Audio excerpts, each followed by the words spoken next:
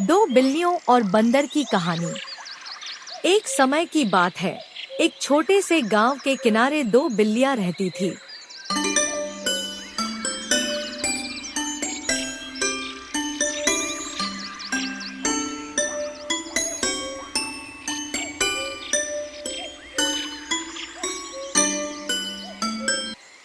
दोनों बहुत अच्छी दोस्त थी, लेकिन कभी-कभी छोटी-छोटी बातों पर झगड़ पड़ती थी।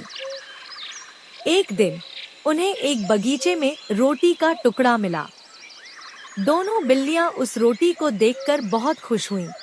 लेकिन अब समस्या यह थी कि वे उस रोटी को आपस में कैसे बांटें। पहली बिल्ली बोली, यह रोटी मुझे मिली, इसलिए मैं इसे पहले खाऊंगी।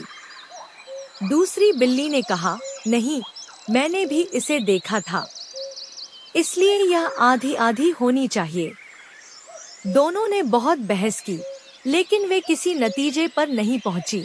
तभी उन्हें याद आया कि पास के जंगल में एक चालाक बंदर रहता है। बिल्लियां सोचने लगी कि बंदर बुद्धिमान है और वह उनकी समस्या का हल निकाल सकता है।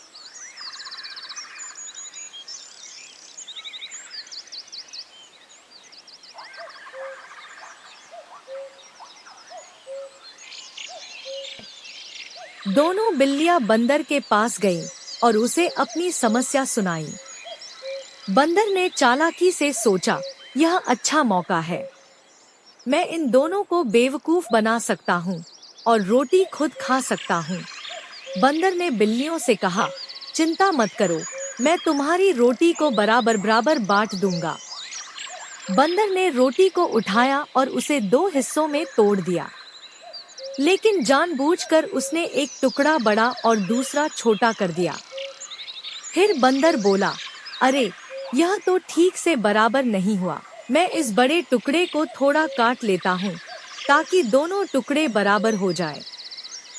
यह कहकर बंदर ने बड़े टुकड़े का थोड़ा हिस्सा खा लिया, लेकिन अब छोटा टुकड़ा बड़ा लगने लगा।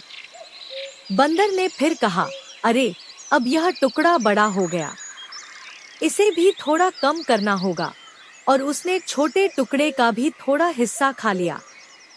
बंदर इसी तरह बार बार रोटी के टुकड़े खाता रहा और हर बार कहता रहा कि वह दोनों टुकड़ों को बराबर कर रहा है।